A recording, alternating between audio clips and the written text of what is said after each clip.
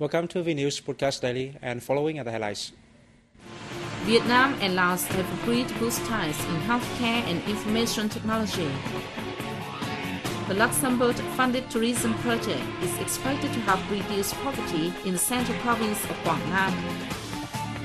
A seminar discussed sustainable management culture in the context of globalization. Vietnam and Laos have agreed to boost ties in healthcare and information technology. The agreement was reached at the talks between the two sides on December 15 in Hanoi. The Vietnamese and Lao Ministries of Health discussed cooperation in human resource training, epidemic prevention, medical check-up and treatment, and exchanges of expertise and technology. Vietnamese Minister of Health Nguyễn Thị Kim Tiến proposed the two countries pay more attention to drug and prostitute control at border areas in an effort to prevent the spread of HIV/AIDS epidemic. At their talks on the same day, the Vietnamese Ministry of Information and Communications and the Lao Ministry of Posts and Telecommunications agreed to carry out projects on frequency equipment and technical transfer between 2011 and 2013. The Vietnamese ministry will also help its Lao counterpart in building policies and improving state management capacity for Lao ministry officials.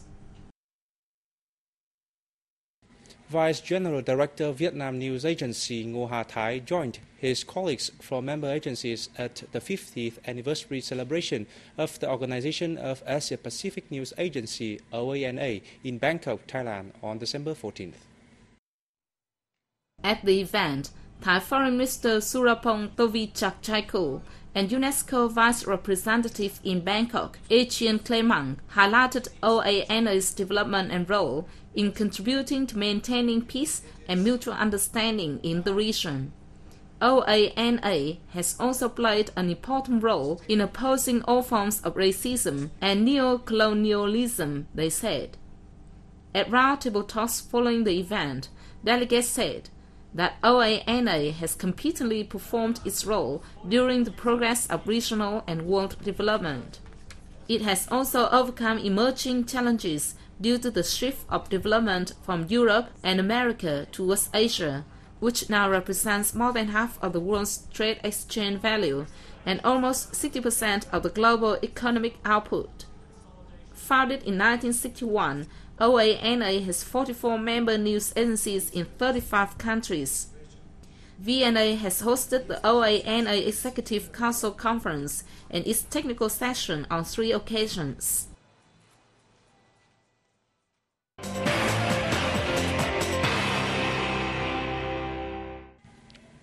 Asiana Airlines of the Republic of Korea launched a new service linking Seoul and the central city of Da Nang on December 14th. One airplane from Seoul arrived at the Da Nang International Airport on the evening of December 14th, and one arrived at the Incheon International Airport in the reverse direction early on December 15th. The service now offers 2 flights per week on Tuesdays and Saturdays, using Airbus 321-200S, which depart from the Incheon International Airport at 7:30 p.m. and Da Nang Airport at 11:40 p.m. Launching the Seoul-Da Nang service, Asiana Airlines now conduct a total of 37 flights per week on routes linking the two countries. Vietnam's fruit and vegetable export value is expected to hit $600 million this year. The figure will make the country the 5th biggest fruit and vegetable exporter in Asia. Huỳnh Quang Đậu, Vice President of the Vietnam Fruit and Vegetable Association, said, by the end of November, export value had reached $550 million, a year-on-year increase of 40.6%.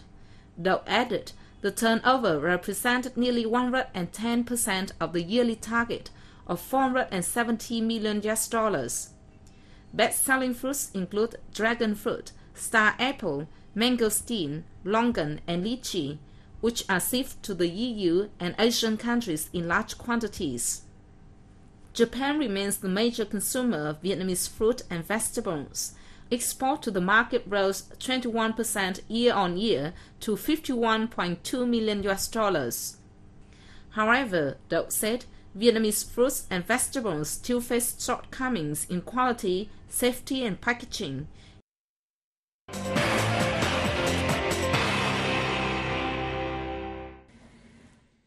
A Luxembourg-funded project to increase tourism activities towards the goal of sustainable poverty reduction is underway in Quang Nam Province. The 3-year project was launched by the Provincial Department of Culture, Sports and Tourism and the International Labour Organization at a seminar held recently in Hoi An City. The project has an investment of nearly $1.4 million funded by the Luxembourg government. It is expected to help generate jobs and increase income for women, young and ethnic minority people in the western districts of Quang Nam Province, including Nam Giang, Dong Giang, and Tây Giang. Under the project, the locals will be provided with skills of developing, managing, and operating accommodation service and other tourism skills. We want to make sure that the growth potential of the tourism sector will also bring benefits to the poorer communities of the province. We're working partly with capacity building, both of people who are sort of intermediaries, who will facilitate value chain work, and then eventually to reach the final stakeholders.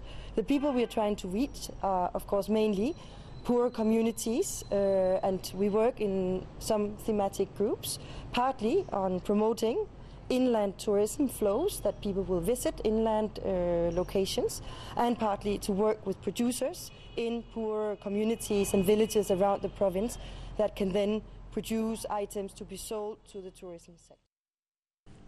In addition, the locals will have a chance to find jobs and preserve their traditional products with the support of working groups specializing in training human resource and producing traditional products for rural tourism. Districts of Nam Giang, Dong Giang, and Tây Giang in Quang Nam Province are home to people of the Cơ Tu ethnic minority group. Developing tourism is a measure to preserve and uphold their unique cultural identities. A seminar on control policies and sustainable management of control in the context of globalization took place in Hanoi on December 15. Culture plays an important role in national socio-economic development. Expansion of cultural exchange has so far become an indispensable demand for countries all over the world. The event offered the Vietnamese cultural managers a chance to get an insight into experience in making cultural policy and cultural development models pursued by European countries. Delegates focused discussions on issues such as lingual and racial diversity, music industry, impact of information technology on cultural and capital investment attraction to cultural development. The event was co-organized by the Department of International Cooperation under the Ministry of Culture, Sports and Tourism and the Goethe Institute.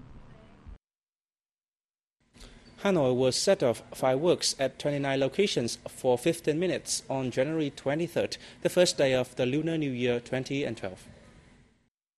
4 locations for high-range fireworks will include Hoàn Kiếm Lake, Hoàn Kiếm District, Thống Nhất Park, Hai Bà Trưng District, Nguyễn Hoàng Tôn Flower Park, Tây Hồ District, and Văn Quán Lake, Hà Đông District. Meanwhile, low-range fireworks will be set off in 25 inner and outlying districts to welcome the Year of the Dragon. The High Command of Hanoi Capital is assigned to coordinate with the city's police and concerned departments to organize the firework display. And that comes to the end of VNews today. Thanks for watching and see you next time.